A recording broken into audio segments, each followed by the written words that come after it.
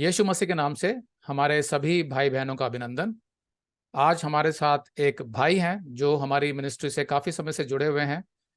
वो ना केवल यूट्यूब से और वेबसाइट से बहुत गहराई से बाइबल का अध्ययन कर रहे हैं, बल्कि आयतों को अपने जीवन में भी लागू कर रहे हैं। साथ में अपने बच्चों को भी सिखा रहे हैं और कि यीशु के लिए कैसे स्टैंड लेना है। अपनी वाइफ को सिखा रहे हैं। तो बहुत ही सुंदर गवाही है, इनसे बहुत कुछ सीखने को मिलेगा हमें आज।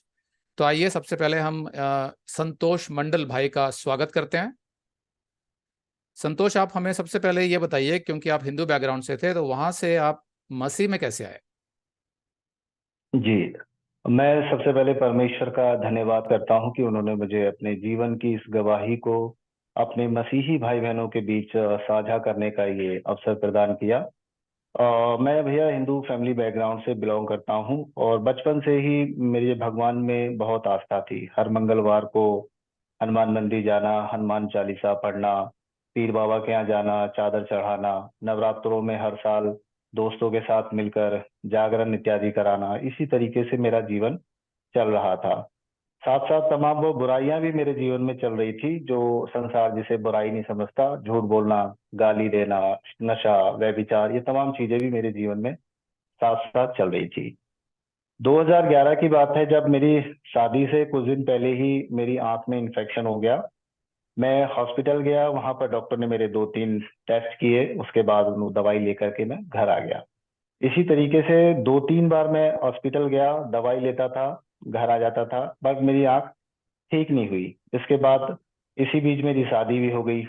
शादी के बाद फिर दोबारा मैं हॉस्पिटल गया, तो वहां पे डॉक्टर ने फिर से चेकअप किया और उन्होंने बताया कि ये आपके आंख का इन्फेक्शन काफी ज्यादा होने की वजह से आपकी आंख सड़ चुकी है और इसका कोई इलाज नहीं है।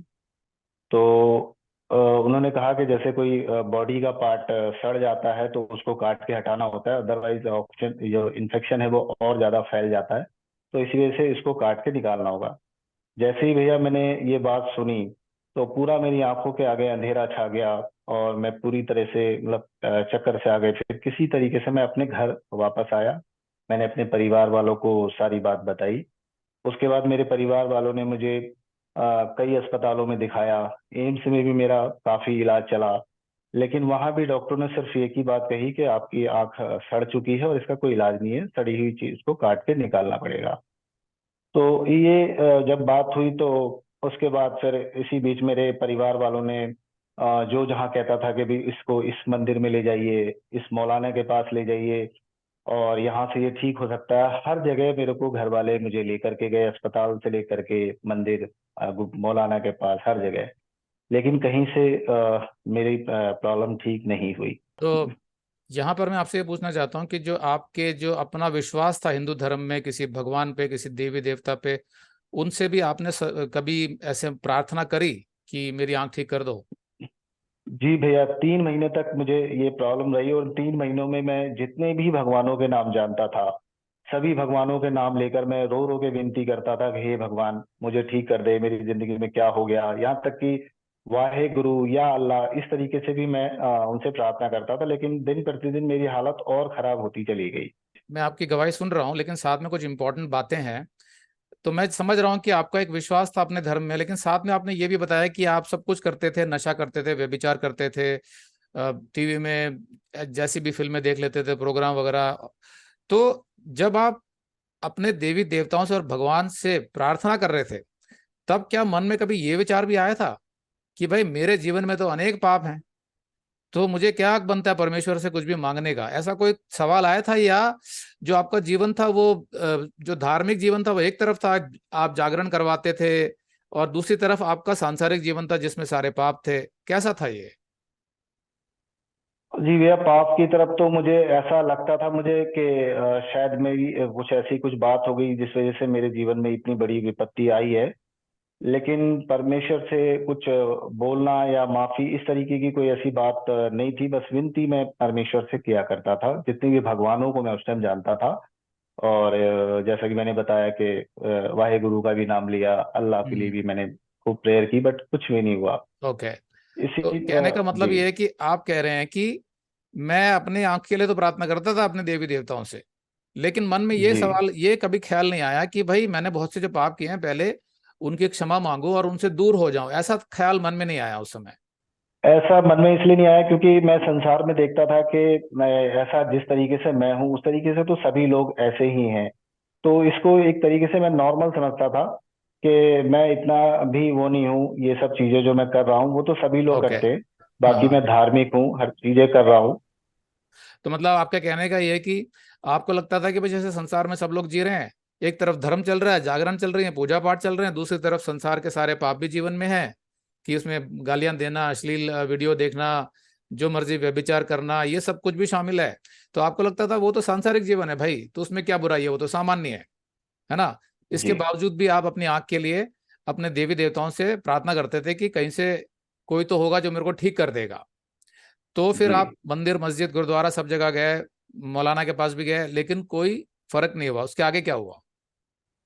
उसके आगे भैया फिर मुझे उसके बाद पूरा इस तरीके से मुझे पूरा एक विश्वास हो गया कि अब मेरी जिंदगी बर्बाद हो चुकी है। मेरा जीवन पूरी तरह से अंधकार में चला गया है। मैं कैसे जीऊंगा? शादी के बाद लोग घूमने जाते हैं, मेरी जिंदगी अंधेरे कमरे में कैद हो गई थी, क्योंकि उस टाइम अगर कोई घर में लाइट भी जलाता था तो मेरी आंखों में बहुत दर्द होता था। तो हमेशा उस कमरे के अंदर लाइट बंद रहती थी, कभी लाइट भी नहीं जलती थी, तो मैं हमेशा उस कमरे में रोता रहता था। मैं सोचता था कि अब मुझे कोई उम्मीद दिखाई नहीं दे रही। तब ये ख्याल आया था कि कोई तो एक सृष्टिकर्ता परमेश्वर होगा, मैं उसको ढूंढूं, ऐसा कुछ ख्याल आया था?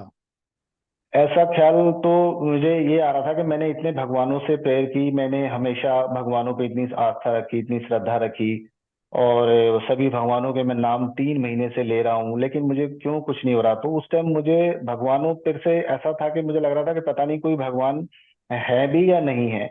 ये डाउट हो रहा था मुझे, ये कभी नहीं पता था कि शायद कोई भगवान छूट रहा है, मगर मुझे ये डाउट होता कि शायद कोई भगवान है भी कि नहीं है, क्योंकि जो मेरी प्रार्थनाओं को अभी तक नहीं सुन रहे हैं।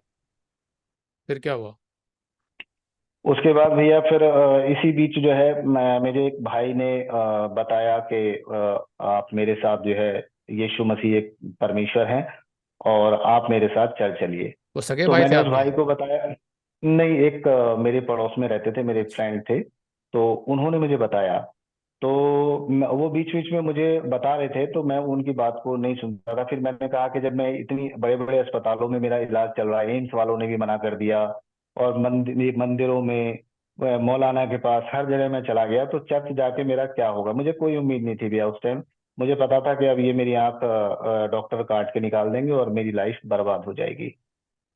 तो इसी बीच फिर एक दिन ऐसा हुआ कि मैं उसके, सभी मेरे दोस्तों ने बोला कि जब सब जगह तू गया है तो एक बार यहाँ भी जा करके देख ले। तो मैंने उसकी बात मान ली और मैं वहां पर गया।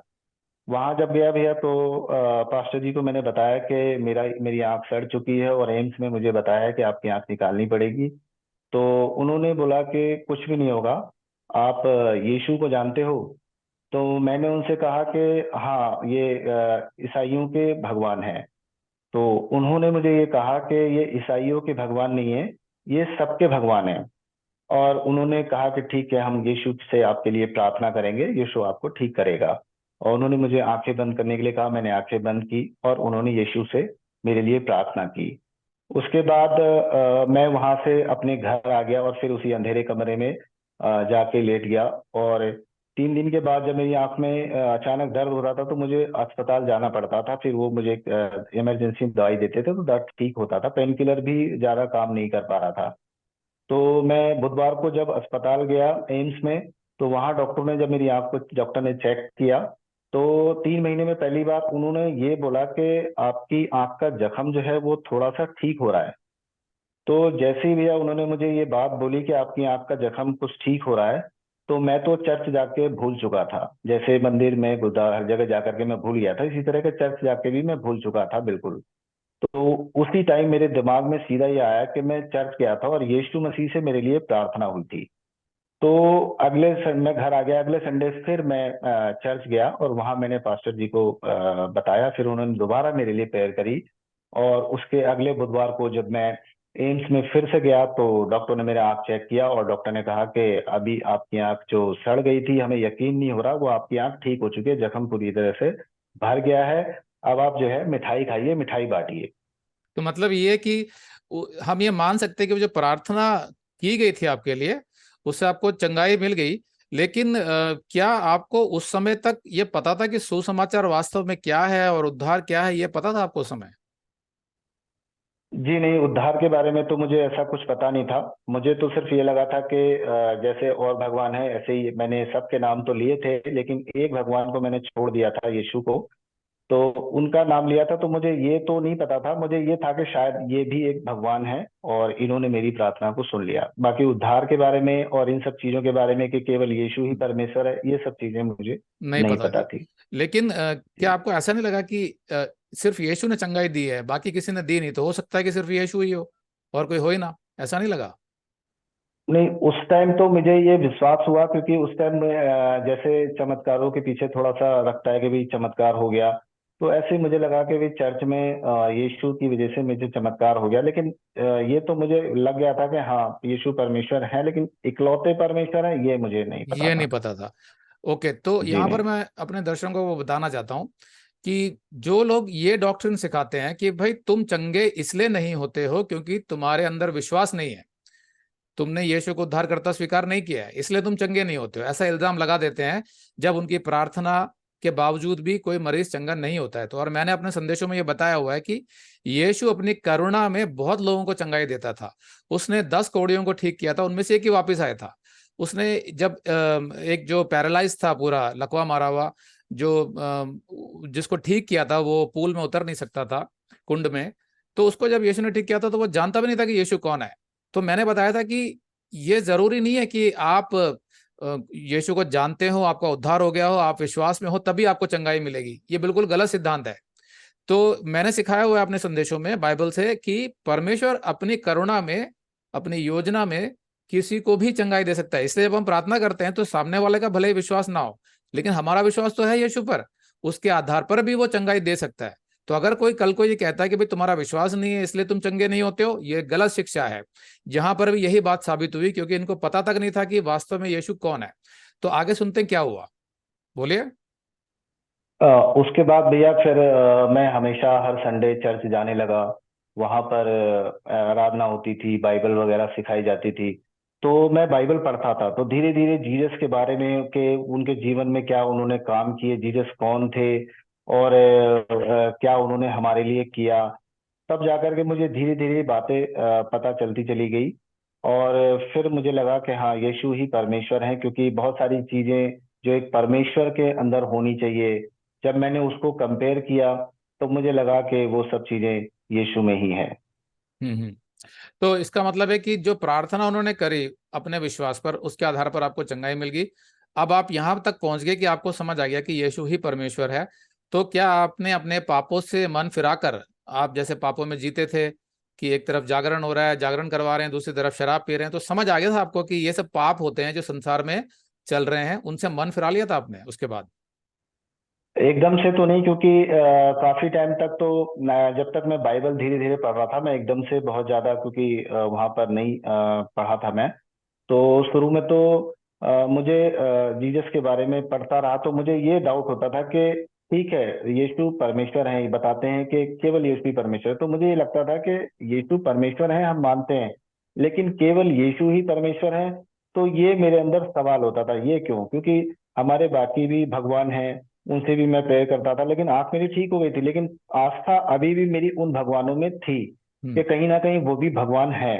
तो वो जवाब मुझे नहीं मिल पा रहा था। ओके, तो तो इसका मतलब है कि यहां तक भी आपका उद्धार नहीं हुआ था। ठीक है, तो इसका जी, मतलब पापों से मन नहीं फिराया। तो फिर आपने उद्धार कब पाया, कब वास्तव में आपको समझ आया कि उद्धार क्या होता है? मुझे भैया इसमें 5 साल लगे।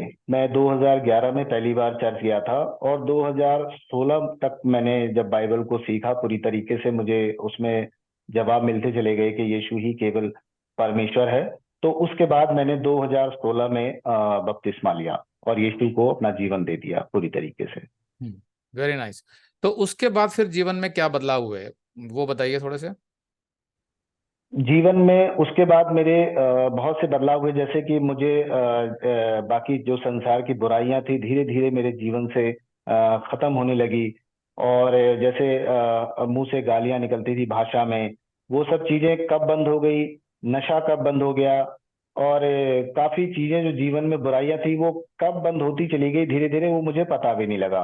हम्म। मैं खुद भी कई बार जब सोचता था कि ये चीजें कैसे हो गई, तो मुझे खुद भी डाउट होता था कि ये सब कहाँ हम्म। चली गई। तो मैं आपको बताता हूँ ये क्यों होता है और ये दूसरे धर्मों में संभव क्यों नहीं हो पाता। क्योंकि सिर्फ और सिर्फ मसीहत में परमेश्वर अपना आत्मा यानी पवित्र आत्मा उस मनुष्य को देता है जो सच्चे मन से स्वीकार करता है कि उसने अपने जीवन में बहुत पाप किए हैं और केवल यीशु ने उसके सभी पापों के लिए बलिदान दिया क्रॉस पर और अपना लहू बहाया। और वो कहता है कि मैंने तुम्हारे पापों का दंड भुगत लिया है।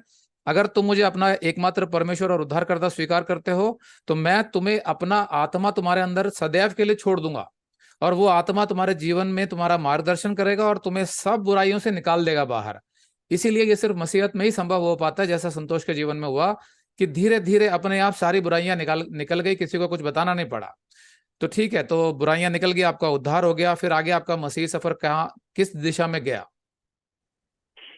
उसके बाद भैया जब मैं बाइबल को मेरे को पढ़ने की और उसको समझने की मेरे को पूरी तरह से इच्छा, मुझे उसके बहुत सारे सवालों को जानने की इच्छा हुई, बाइबल के वचनों को पूरी तरह से समझने की इच्छा हुई, क्योंकि वो खुद से पढ़ने से मुझे उतना समझ में नहीं आता था।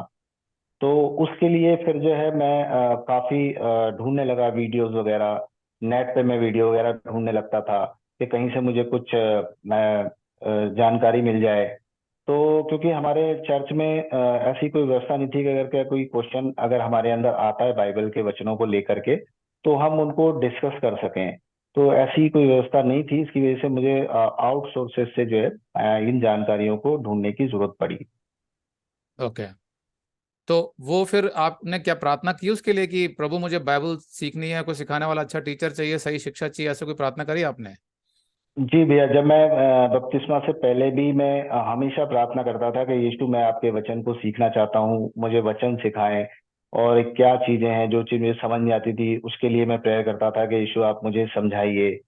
तो इसी तरीके से 2018 की बात है भैया, जब मैं इसी तरीके से नेट पे जब देख रहा था, तो आपका वीडियो का मुझे एक लिंक मिला। मुझे वीडियो तो ये याद नहीं है फर्स्ट वीडियो कौन सी है, लेकिन मुझे एक चीज जो सवाल मेरे मन में हमेशा ज्यादा रहती थी, क्योंकि हमारे चर्च में ये बताया जाता था कि यहाँ पर किसी धर्म का परिवर्तन नहीं होता है, यहाँ पे जीवन का परिवर्तन होता है। तो मुझे ये ऐसा लगता था कि भाई जीवन का परिवर्तन तो ठीक है, लेकिन धर्म भी तो बदला, क्योंकि पहले मैं हिंदू था, अब मैं क्रिश्चियन हो गया। तो वो चीज मुझे नहीं पता थी, भले ही मैंने बपतिस्मा ले लिया था, लेकिन मुझे ये चीज पता थी कि हाँ, ये यीशु है और ये जो क्रिश्चियन धर्म है हम्म। ये सही धर्म है। ये चीज मुझे पता थी, तो फिर ढूंढ हमारा रहा कोई था। वीडियो मिला आपको उसके लिए? आपका आपका एक वीडियो उसमें जो मिला, जिसमें आपने रोमन कैथोलिक चर्च के बारे में पूरा बताया हुआ, जब वो वीडियो मैंने पूरा देखा, तो मेरी पूरे सोच, मेरी पूरी विचार ही बदल गई। और अंदर से मुझे बहुत शांति भी मिली, क्योंकि उसमें आपने पूरी तरीके से बताया हुआ है कि जिसको हमारे भारत में लोग क्रिश्चियनिटी समझते हैं, वास्तव में वो एक रोमन कैथोलिक धर्म है, जिस तरीके से बाकी सारे धर्म है। लेकिन मसीहत कोई धर्म नहीं है, ये एक विश्वास है, परमेश्वर से एक संबंध है। तो वो चीज मुझे समझ में जब आई, तब मुझे क्रिश्चियनिटी का पूरी तरह से मेरे जीवन में मसीहत का पूरा नजरिया ही बदल गया देखने का। ओके। तो उससे क्या समझ आया फिर उसके बाद कि मसीहत क्या होती है, जो आपने बताया रिश्ता है, तो उससे जीवन में क्या फर्क पड़ा? उससे जीवन में फिर मुझे ये फर्क पड़ा कि मुझे पता चल गया कि हमें धर्म में रह करके हम कभी परमेश्वर तक नहीं पहुंच सकते। और परमेश्वर ने हमें कुछ योजना के लिए बनाया हुआ है। और वो हमें उनके वचनों को, उनके आदेशों का हमें पालन करना है, उसके हिसाब से हमें जीवन जीनी। हमें धर्म के बंधनों में पढ़ करके हम परमेश्वर के साथ नहीं चल सकते। धर्म में बहुत सारी बुराइयां होती है, बहुत सारे रीति रिवाज होते हैं, जिससे परमेश्वर कभी खुश नहीं होता। परमेश्वर हमारे मन को पसंद करता है कि हमारा मन कैसा है। तो मैं अभी तक ये समझाऊं कि आपको ही समझ आ गया कि मसीहत कोई धर्म नहीं है और जिसको लोग मसीहत समझते हैं, क्रिश्चियनिटी समझते हैं हमारे देश में, वो वास्तव में यीशु के नाम पर एक धर्म है जिसको रोमन कैथोलिक धर्म बोला जाता है, जिसके बहुत सारे चर्च जी। हैं, जिसमें एक पादरी होता है सफेद कपड़ों में। पर वो बाइबल के आधार पर चलने वाली मसीहत नहीं है। तो आप तो सच्चे मसीहत को समझ गए थे, बाइबल के आधार पर चलने वाली। तो आपने ये जान लिया कि इसमें कोई रीति रिवाज नहीं होते हैं, क्योंकि परमेश्वर से संबंध बनाने के लिए कोई मीडिएटर नहीं चाहिए, कोई रीति रिवाज नहीं चाहिए, कोई बिछवाई नहीं चाहिए। लेकिन साथ में आपको यह भी समझ आ गया था कि परमेश्वर ने जो वचन लिखे हैं, जो आज्ञाएं लिखी हैं, उनको अपने जीवन में लागू करना है। तो मेरा सवाल यह है कि क्या उसके बाद आपने अपने जीवन में यीशु के वचनों को लागू किया, कोई स्टैंड लिया यीशु के लिए? जी भैया, मैंने जैसे कि पहले मैं जीसस को भी मानता था, और बाकी हिंदू धर्म के फेस्टिवल को भी मैं जैसे पूजा पाठ तो मैंने छोड़ दिया था। और लेकिन फेस्टिवल में जैसे दिवाली आती थी तो दिवाली में हम बच्चों को पटाखे वगैरह दे देते थे, और हम मिठाइयाँ, कोई हमें देता था तो हम मिठाई भी ले लेते थे। और होली में जैसे मेरे फ्रेंड लोग आते थे तो वो कलर वगैरह लगाते थे तो हम भी उसको कलर लगाते थे, हैप्पी होली करते थे। हम्म। और इसी तरीके से जैसे रक्षाबंधन है तो बहनें आती थी, राखी वगैरह बांधती थी। तो ये सारी चीजें मुझे बिल्कुल भी नहीं पता थी अभी तक भी कि क्या ये चीजें हमें करनी चाहिए कि नहीं करनी चाहिए, तो मैं इन सबको भी फॉलो कर रहा था। लेकिन भैया 2018 के बाद जब मैं आपके चैनल से, यूट्यूब से जुड़ा, तो उसमें एक एक सवालों के मेरे जवाब मुझे मिलते चले गए। और हमें राखी क्यों नहीं बनवानी चाहिए, दिवाली क्यों में क्या करना क्यों नहीं चाहिए, बनवानी और चाहिए, क्यों नहीं मनानी चाहिए दिवाली? इसलिए नहीं मनानी चाहिए क्योंकि वो किसी न किसी, वो हिंदू धर्म के रीति भगवानों के से रिलेटेड है। और हमारा रक्षा करने वाला हमारा परमेश्वर है। तो वो धागे से हमारी कोई रक्षा नहीं होती। हमारा ये विश्वास है कि जो हमारी सुरक्षा करेगा, वो हमारे जीवन को जो लेकर चलता है, वो हमारा परमेश्वर यीशु है। तो उसके बाद मैंने फिर स्टैंड लेना चालू किया। मैंने उस टाइम तक लोग यही समझते थे, काफी मेरे से खुश रहते थे, और उनको ये लगता था कि ठीक है, हमारे भी भगवान है और यीशु भी एक भगवान है, और ये हमारा फ्रेंड है जो यीशु को मानता है। इसी तरीके से मेरे घर वाले भी सोचते थे। हम्म। लेकिन जब से मैंने आपके वीडियो देखे, फिर मैंने लोगों को मना करना चालू कर दिया।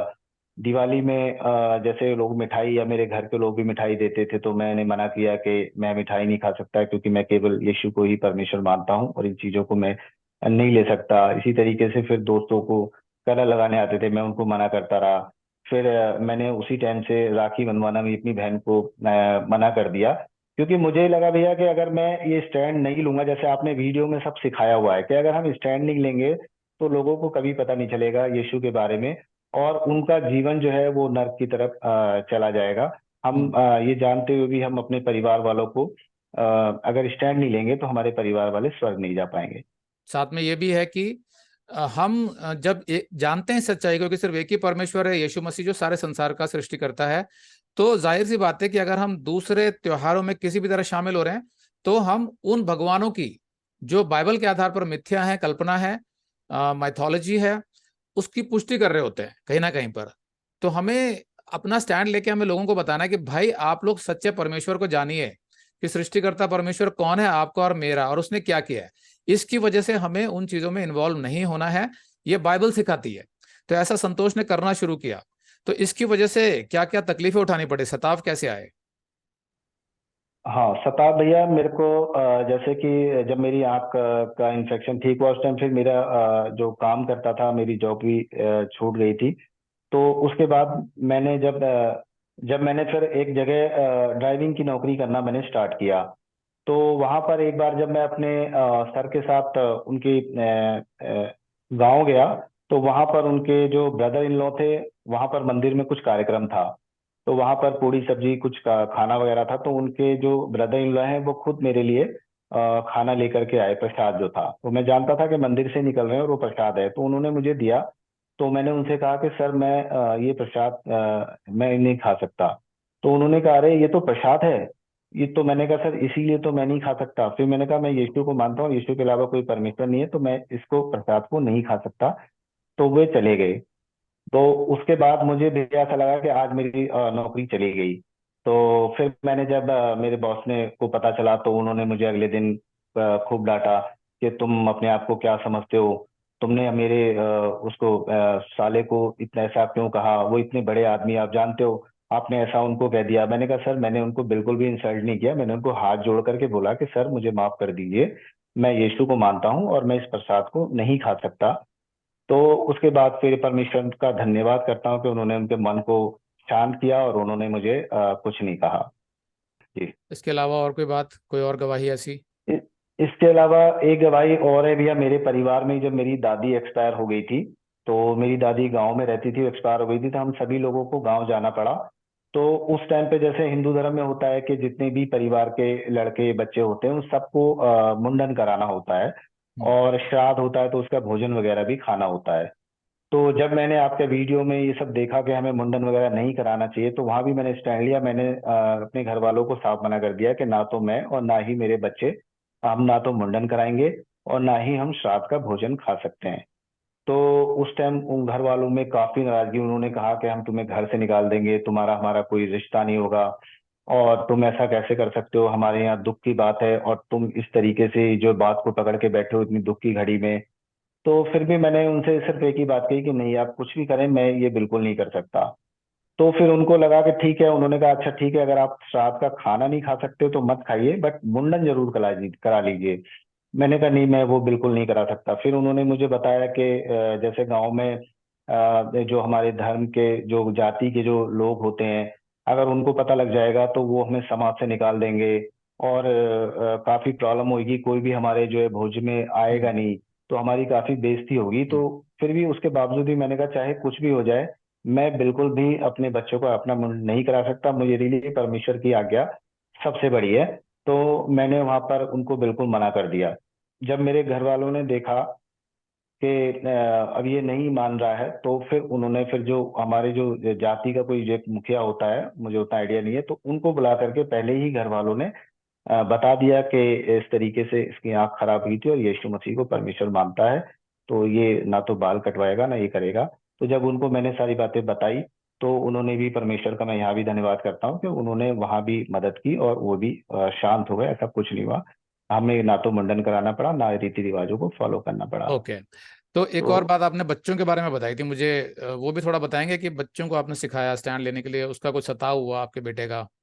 जी जी, एक बार स्कूल में जब एनुअल डे था, तो उस टाइम पे मेरे बच्चे को भी, मतलब सभी लोगों को वो पार्टिसिपेट के लिए लेते हैं, तो मेरे बच्चे को भी लिया था योगा में।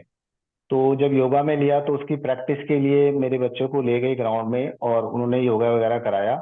लेकिन जब उन्होंने उसको सूर्य नमस्कार करेंगे बोला, कि जब आप सभी बच्चे सूर्य नमस्कार करेंगे, तो उसके मन में आया कि सूर्य को नमस्कार, क्योंकि मैंने उनको सिखा रखा था कि परमेश्वर के, यीशु के अलावा कोई परमेश्वर नहीं है। तो हमें किसी भी भगवान, जो मूर्तियां हैं ये केवल मूर्ति हैं और कुछ नहीं है, तो हमें इनको नमस्कार नहीं करना, ना ये परमेश्वर हम्म। है। तो उसने मैडम को मना कर दिया कि मैम मैं सूर्य नमस्कार नहीं कर सकता। तो मैम ने उन्हें कहा कि बेटा, ये सूर्य नमस्कार एक योगा है, हम किसी, उसने कहा कि मैं यीशु को मानता हूँ और मैं क्रिश्चियन हूँ, तो मैं ये चीज नहीं कर सकता। तो मैम ने कहा कि ये जस्ट एक योगा है, कोई हम्म। सूर्य नमस्कार ये भगवान की कोई आराधना नहीं है। हम्म। लेकिन उसने फिर भी, बच्चे ने मना किया, तो मैडम ने कहा कि मैं आपकी टीचर हूँ, आप टीचर की बात नहीं मानेंगे। और उसको फिर डांट के उन्होंने कहा कान पकड़ के आप खड़े हो जाओ, तो आधे घंटे कान पकड़ के वहां पर खड़ा करवाया, बाकी लोगों की ट्रेनिंग कराई। हम्म। और उसके बाद फिर मुझे बच्चे के हाथ एक नोट भेजा कि आप अपने डैडी को बोलना कि मुझे फोन करें। जब मैंने यहाँ से क्लास टीचर को फोन किया, तो उन्होंने मुझे बताया कि योगा वाली मैडम ने आपकी कंप्लेंट की बच्चे की, कि इस हम्म। तरीके से आप बच्चों को गलत सिखाते हैं। हम्म। क्योंकि हम लोग तो सभी धर्मों को लेकर के चलते हैं, सभी धर्मों के बारे में बताते हैं, और आप बच्चे को ये सिखा रहे हैं। तो फिर मैंने मैडम को पूरी तरह से बताया कि मैडम देखिए, यीशु के अलावा हम किसी परमेश्वर को नहीं मानते, कि यीशु ही एक लौता परमेश्वर है, और हमने बच्चों को वही चीज सिखा रखी है, और हम किसी भी देवी देवता, इन सब चीजों को हम लोग फॉलो नहीं करते। मुझे पूछना था कि क्या आपने वहां पर सुसमाचार सुनाया अपनी टीचर को? उनको मैंने सुसमाचार तो नहीं सुनाया, लेकिन मैंने ये बोला कि यीशु के अलावा कोई परमेश्वर नहीं है, हम यीशु को हम्म। मानते हैं, लेकिन मैंने उनको सुसमाचार नहीं सुना पाया। तो मैं यहाँ दर्शकों को बताना चाहता हूँ, ये अवसर होते हैं, क्योंकि उन्होंने कभी सुसमाचार सुना ही नहीं है। हमें सिर्फ ये कहना कि मैं यीशु को मानता हूँ, वो हमारा काम पूरा नहीं होता वहां पे, क्योंकि उसको समझ नहीं आया। उनको लगा ये अहंकार में चल रहे हैं, एक भगवान पकड़ लिया उन्होंने, और सिर्फ ये जातिवाद कर रहे हैं या अलग अपना धर्म जो है कम्युनियल कर रहे हैं, अलग कर रहे हैं। नहीं, उनको सुसमाचार जरूर सुनाइए, ताकि उन्हें समझ आए कि हमने यीशु को अपने किसी अंधविश्वास से स्वीकार नहीं किया है, उसके पीछे बहुत बड़ा कारण है, और आपको भी यीशु को ही स्वीकार करना चाहिए। ऐसा हम सुसमाचार सुनाते हैं कि सच्चाई क्या है, तो उससे क्या होगा कि उनको ये समझ आएगा कि आपने मना किस आधार पर किया है, किसी अंधविश्वास के तहत नहीं। तो आगे से ये कर सकते हैं। लेकिन मुझे ये पूछना था कि आपके बेटे की उम्र कितनी है उस मेरे टाइम? बेटे की उम्र अभी उस टाइम मेरे बेटे की उम्र 8 साल रही होगी। तो दो या यहाँ तीन साल पर पहले की बात। ये बहुत बड़ी सुंदर गवाही है कि 8 साल के बच्चे को जो ट्रेनिंग मिली, वो बच्चा भी जब खड़ा हो सकता है यीशु के लिए, तो आप सोचिए कि आप क्यों नहीं खड़े हो सकते। हमारे देश में मसीहत आज तक इसीलिए नहीं पनप पाई है क्योंकि मसीही कभी यीशु के लिए स्टैंड नहीं लेते हैं। लोगों को पता ही नहीं है मसीहत क्या है। हम किसी धर्म का अपमान नहीं करते हैं, किसी को नीचा नहीं दिखाते, लेकिन हम अपने विश्वास पर खड़े रहते हैं ताकि लोगों को समझ आए कि मसीहत क्या है। जब हर मसीही ऐसा करने लगेगा तो हमारे देश में अपने आप लोगों को समझ आ जाएगा कि मसीहत वास्तव में क्या होती है। तब आपकी खुद की बहुत सारी समस्याएं अपने आप खत्म हो जाएंगी, क्योंकि उन्हें पता होता है कि मसीही कैसे होते हैं। अभी उनको पता ही नहीं है। तो संतोष बहुत अच्छा एग्जाम्पल है। और कोई ऐसी गवाही हो जो आपको याद हो? एक गवाही और है भैया कि मैं एक बार मैं जब ड्राइविंग की मैं जॉब करता था, उस टाइम में मेरी मैडम थी जो प्रोफेसर थी। एक सेंट्रल गवर्नमेंट का जो इंस्टीट्यूट है, वहाँ पर हिंदी सिखाई जाती है विदेशी लोगों को। तो वहाँ पर विदेशी स्टूडेंट आते हैं, तो वहाँ पर मैं जब गया तो वहाँ एक दिन क्रिसमस का प्रोग्राम 24 को चल रहा था। तो वहाँ पे एक ऑडिटोरियम टाइप का उन्होंने बना रखा है, तो वहीं पर करीब 30-40 लोग थे, यूएस के, कनाडा के, कोरिया, चाइना, जापान, हर जगह के स्टूडेंट वहाँ पर बैठे हुए थे। और वहाँ सारे प्रोफेसर्स, डायरेक्टर्स, हर कोई वहाँ पर जो है बैठ करके वो क्रिसमस का प्रोग्राम सेलिब्रेट कर रहे थे। तो उसमें मैंने देखा कि जितने भी स्टूडेंट थे, वो उसमें से कई लोग रोमन कैथलिक भी थे और अदर उसके भी थे। तो वो केवल गाना, किसी ने इंग्लिश में सॉन्ग गाया, किसी में हिंदी में गाया, इस तरीके से डांस और ये सारी चीजें उन्होंने करके, गुब्बारे वगैरह फोड़ के और थोड़ा शोर मचा के पूरा सेलिब्रेशन हम्म। कर लिया। लेकिन किसी ने भी यीशु का, जीसस का नाम वहां पर बिल्कुल नहीं लिया। तो मैं बैठा हुआ देख रहा था, अंदर से मुझे पता नहीं क्या हो रहा था। मैं पूरे प्रोग्राम के बीच, मुझे अंदर से ऐसा लग रहा था कि कोई मुझे कह रहा है कि तुम जा करके बताओ, लेकिन मैं हिम्मत नहीं जुटा पा रहा था। लास्ट में प्रोग्राम जब खत्म हो गया, अनाउंसमेंट हो गया कि अब सभी लोग अपने अपने घर विदेश छुट्टियों पे जा सकते हैं 15 दिन की। तो एकदम से मैं खड़ा हुआ और मैंने हाथ उठाया। तो वहाँ मैडम ने मुझे कहा कि संतोष, आप कुछ कहना चाहते हैं या गाना गाना चाहते हैं? मैंने कहा नहीं मैडम, मैं कुछ बताना चाहता हूँ। और भैया मैं पता नहीं कैसे स्टेज पे चढ़ गया। और स्टेज पे चढ़ने के बाद मैंने पूरा सुसमाचार वहां पे, मुझे कुछ नहीं पता, इतने बड़े बड़े लोग वहां, मेरी कोई हैसियत नहीं थी, लेकिन फिर भी मैं चढ़ करके मैंने पूरी चीज बाइबल के बारे में कि यीशु ही परमेश्वर, वे क्यों आए इस धरती पर, उन्होंने आज क्यों जन्म लिया, और मानव पाप ही है और पापी मनुष्य कभी स्वर्ग हम्म। नहीं जा सकता, जब तक हमारी आंख बंद होने से पहले हमें यीशु से क्षमा मांगनी है। ये सारा मैंने उद्धार का सुसमाचार उनको पूरा, जैसा मुझे अंदर से आता गया, मैं उस टाइम जितना मुझे ज्ञान था मैंने उनको पूरा संदेश बता दिया। और उसके बाद मुझे, जब मैं वहां से उतरा, तो एकदम पूरे हॉल में एकदम शांति सी हो गई थी। सारे लोग जो अभी कूद रहे थे थोड़ी देर पहले, वो बिल्कुल शांत हो गए। और हम्म। जब मैं वहां से, जब ये सुसमाचार सुना के उतरा, तो एक कोरिया के स्टूडेंट थे, उन्होंने बिल्कुल मेरे को गले से लगा लिया और बोला कि आर यू पास्टर? तो मैंने कहा नहीं ब्रदर, मैं एक मसीही हूँ और मैं मिनिस्ट्री से जुड़ा हुआ हूँ और बाइबल सीखता हूँ और लोगों को संदेश बताता हूँ। तो उसके बाद वहां पर एक प्रोफेसर थे वहां पर। तो उन्होंने ये बोला कि इन्होंने तो हमें पापी बोल दिया, हमें तो पापी बना दिया, इस तरीके से वो बोलते हुए चले गए। तो एक ये था जहां पर मैं बिल्कुल भी, मुझे हिम्मत नहीं थी, लेकिन पता नहीं अंदर से मुझे ऐसी हिम्मत आई और मैंने यीशु का वहां पर समाचार सुनाया। बहुत बढ़िया। ये सबूत होता है कि पवित्र आत्मा के जो दान आपको मिले हैं ना, पवित्र आत्मा आपको प्रेरित कर रहा है, प्रोत्साहित कर रहा है कि आगे बढ़ो, तुम्हारे पास ये दान है। आने वाले समय में आप देखना, परमेश्वर आपको तैयार करेगा एक प्रचारक के रूप में, एक उपदेशक के रूप में। अभी आपकी बाइबल ट्रेनिंग चल रही है और आप हमारे ग्रुप से भी जुड़ चुके हैं अब। तो बहुत गहराई से सीखेंगे और आने वाले समय में आप प्रचार भी करेंगे। जितने भी स्टैंड आपने लिए वो अद्भुत हैं, बहुत बहुत अद्भुत हैं, और यही हम अपनी मिनिस्ट्री में सिखाते हैं। मुझे खुशी है कि आपने उनको फॉलो किया और उसके परिणाम देखे। एक और बात मुझे पूछनी थी आपके जो घर से संबंधित, जो आपने मुझे बताई थी कि आपको पहले नहीं पता था, हमारे संदेश से समझ आया था कि आप जॉइंट फैमिली में रहते थे, उसके बारे में कुछ बताएंगे? जी जी भैया, मुझे उस टाइम जॉइंट फैमिली में हम लोग रहते थे। तो जॉइंट फैमिली में जैसे हमारे यहाँ पर देखते हैं कि कभी कुछ छोटी मोटी बातों को लेकर के मनमुटाव होता है, लड़ाई झगड़े होते हैं, बहुत चीजें आगे बढ़ जाती है। तो इसी तरीके से हम भी रहते थे। लेकिन जब मैंने इस चीजों को, हम भी सामना करते थे, लड़ाई भी हो जाती थी पति हम्म। पत्नी में, और झगड़े भी हो जाते थे, कई बार जो है हाथ भी उड़ जाता था।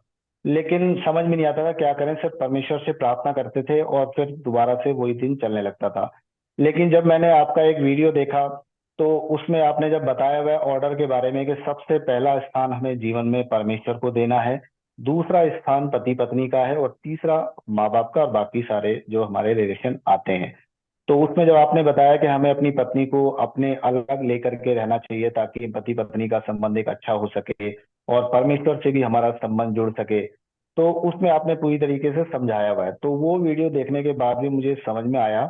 तो फिर मैंने जो है स्टैंड लिया कि मैंने अपना किचन हमारा जो घर है उसमें सबसे ऊपर वाली मंजिल पे मैंने अपनी पत्नी और बच्चों को लेकर के मैंने वहां रहना स्टार्ट कर दिया। अलग किचन बना वहां लिया। रहने की जी जी, अलग किचन बना लिया और वहां पर मैं परिवार के साथ अपने रहने लगा।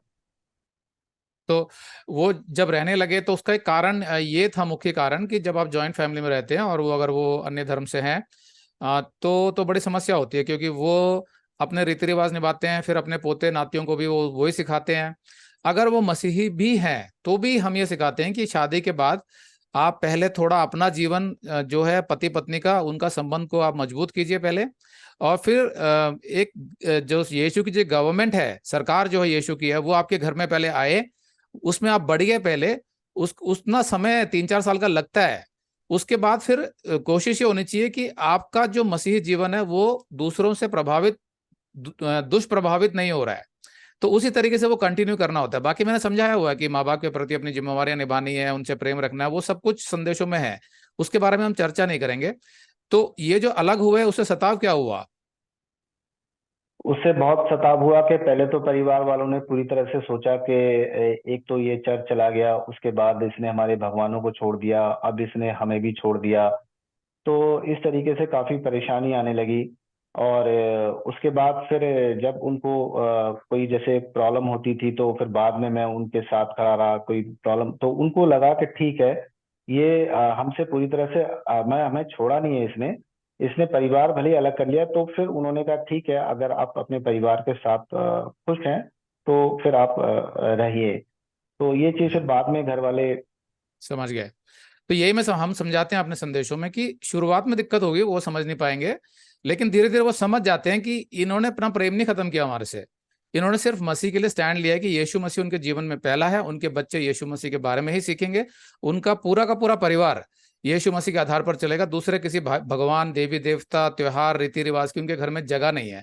इसलिए उन्होंने अपना विश्वास अलग कर लिया है। लेकिन ये हमसे उतना ही प्रेम करते हैं, बल्कि ज्यादा करते हैं। ये उनको समझ आ गई थी, ये वाली बात है ना। तो उसके बाद जी आपने बच्चों को ट्रेन करना शुरू किया कि यीशु मसीह के बारे जी में। उससे पहले तो वो भी सारे त्योहार मनाते थे और सब मिलजुल के रहते थे पहले। जी, जब हम लोग साथ रहते थे तो कोई भी अगर दिवाली आती थी या कोई भी त्योहार आता था तो किचन एक होने की वजह से मेरी वाइफ को भी उन सब चीजों के लिए खाना या बाकी चीजें बनानी पड़ती थी। तो ये सब चीजें भी मुझे बहुत गलत लगती थी। या कुछ और भी श्राद्ध का टाइम आ गया या कोई और चीज आ गई तो सब में हमें जो है इनडायरेक्टली इन्वॉल्व होना पड़ता था, जो कि मुझे बिल्कुल भी अच्छा नहीं लगता था। हम्म। तो इसीलिए फिर जब वो वीडियो मैंने आपका देखा तो मुझे काफी चीज उसमें लगी, तो मैं फिर अपने परिवार को लेकर गया और मैंने कहा कि अब मैं अपने फ्लोर पे रहूंगा और यहाँ पर यीशु की सरकार चलेगी। तो इसीलिए फिर वहां जाकर के हमने यीशु की बातों को मानना और उन चीजों को फॉलो करना शुरू किया और यीशु को ही लेकर के हम चलते हैं। ओके। तो बहुत सुंदर गवाही रही। अंत में मैं ये एक सवाल जरूर पूछना चाहता हूँ, जो हमेशा पूछता हूँ, कि आपको कैसे पता कि जो शिक्षाएं हमने दी हैं वो सही हैं और वो परमेश्वर की ओर से हैं? ये भैया जब पहले मैं क्योंकि जब आपके वीडियोस को मैं देखना मैंने शुरू किया और उसमें आप पूरी तरह से बाइबल के हिसाब से आप समझाते हैं। तो पहले तो जब मैंने उसको सुना तो मुझे लगा कि हाँ यही है, अंदर से एक मुझे गवाही सी आई कि ये वचन सही है। उसके बाद मैंने काफी प्रेयर भी किया कि क्या जो मैं वीडियो देख रहा हूँ परमेश्वर ये सही है। तो अंदर से एक ऐसा लगा कि हाँ ये वीडियो सही है। और उसके बाद जब सवालों के जवाब जो मिलते चले गए तो अंदर से एक सेटिस्फेक्शन होने लगा कि नहीं, जो भैया बता रहे हैं वो बिल्कुल बाइबल के हिसाब से बता रहे हैं। तो क्योंकि जब बाइबल को हम पढ़ते थे और भैया आपकी वीडियो को देखते थे तो बिल्कुल लगता था कि जो बाइबल में लिखा है उसी के हिसाब से आप बता रहे हैं। दूसरा, पवित्र आत्मा जो हमारे अंदर था वो भी मुझे ये बता रहा था कि ये सही है। और साथ साथ मैं प्रेयर भी करता था।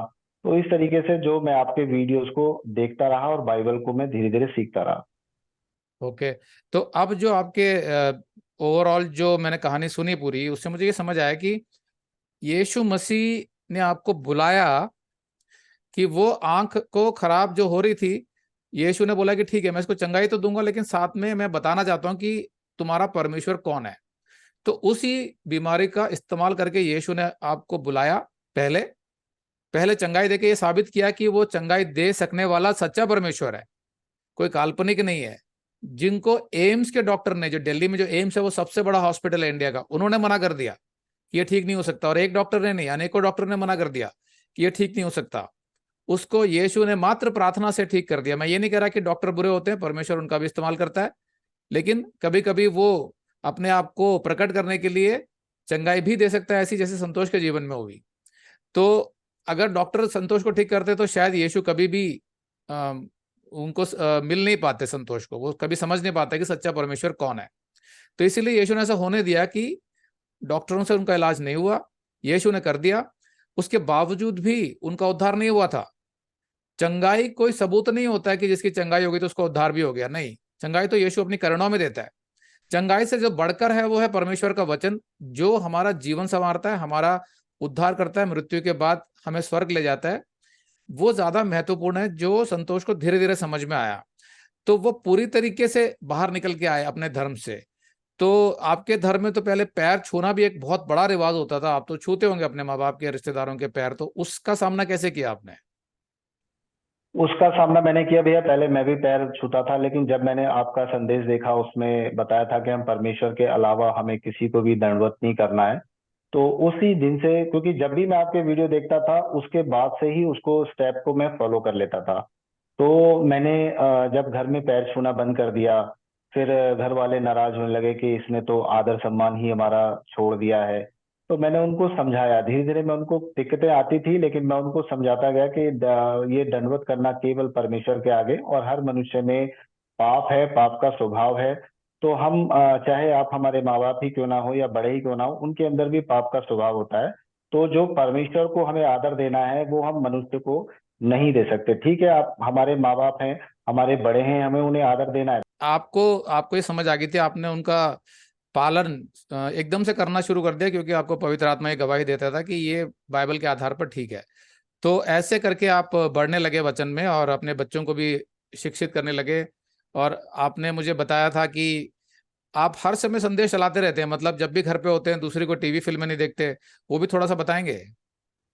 जी, पहले भैया जब मैं चर्च भी जाता था, सब कुछ मैंने कहा कि बताया करता था, तो मैं मूवी भी देखता था, गाने वगैरह भी सुनता था संसार के। लेकिन जब आपके वीडियो को देखा कि हमें क्रिश्चियन मसीहियों को गाने नहीं सुनने चाहिए क्योंकि इसमें बहुत सारी बुराइयां होती हैं, उनके लिरिक्स लिरिक्स अच्छे नहीं होते हैं, मूवीज में बहुत सारे सीन होते हैं जो हमें अच्छे नहीं, तो उस टाइम जब मैंने फिर जब उसको टीवी और मूवीज को देखना देखा तो मुझे लगा कि हाँ बिल्कुल सही बात है। उस टाइम ये चीज समझ में नहीं आती थी, लेकिन जब मैं आपके वीडियो को देखता था तो ऐसा लगता था पवित्र आत्मा मेरे अंदर काम कर रहा है और एकदम से मेरी आंखों को खोलता था। तो जो चीज मुझे पहले नहीं दिखती थी, वो वचन जो सुनने के बाद मुझे वो दिखने लगती थी, उसमें वो बुराई। तो उस चीज को मैं पूरी तरह से छोड़ दिया। और फिर मेरी एक बहुत भूख सी एक अंदर से जग गई कि मुझे आपके संदेशों को देखना है। तो मैं क्या करता था खाने के टाइम पे, और हर टाइम जब भी मुझे टाइम मिलता था, मैं आपके संदेशों के अलावा और कुछ भी नहीं देखता था। और मेरी तो आदत ऐसी हो गई थी कि मैं 4-4 घंटे तक, 5-5 घंटे तक भी आपके संदेशों को मैं देख सकता था। बल्कि कई बार मेरी वाइफ नाराज हो जाती थी कि अब रात हो गई, आप देखते रहोगे क्या, आप बंद करिए। तो इस तरीके से, क्योंकि मुझे उतना ही, जैसे वीडियो को देखता था मुझे बहुत ज्ञान मिलता था। पहले छोटे मोटे झूठ भी बोल लेते थे, लेकिन उस वचन में मैं आपके वीडियो में देखा कि छोटा मोटा झूठ भी मसीहियों को नहीं बोलना चाहिए। तो उस पे भी मैं एक छोटा सा बताता हूँ भैया कि जैसे मेरा एक हेल्थ इंश्योरेंस पॉलिसी मैंने ले रखी थी। तो उसमें क्या हुआ कि उसका प्रीमियम काफी कंपनी ने बढ़ा दिया, बहुत ज्यादा प्रीमियम बढ़ा दिया। तो बाद में मेरे पास एक रिन्यूअल के टाइम पे कॉल आई दूसरी कंपनी से, और उन्होंने कहा हम उससे डबल इंश्योर पे आपको, और प्रीमियम आपका कम से कम 7,000 रुपये कम हो जाएगा, आप वो, ले लीजिए, पोर्ट करा लीजिए। तो मैंने उनको बताया कि मेरी वाइफ को छोटा सा हर्निया की दिक्कत है, हालांकि ऑपरेशन की कोई ऐसी जरूरत नहीं है, डॉक्टर ने कहा बस छोटा सा है, कोई जरूरत नहीं है, तो वो प्रॉब्लम है। तो उन्होंने कहा कि नहीं, अगर आप ये बताएंगे तो आपको हेल्थ पॉलिसी नहीं मिलेगी, तो आपको बताना नहीं है। तो मैंने उनको ही बताया कि नहीं, मैं झूठ नहीं, हालांकि मैंने वहां पर भी उनको सुसमाचार नहीं सुनाया, लेकिन बताया कि मैं क्रिश्चियन हूँ और मैं झूठ नहीं बोल सकता। तो उन्होंने कहा सर आप झूठ मत बोलिए, बस एक फॉर्म होता है उस पर आपको लिखना नहीं होता है।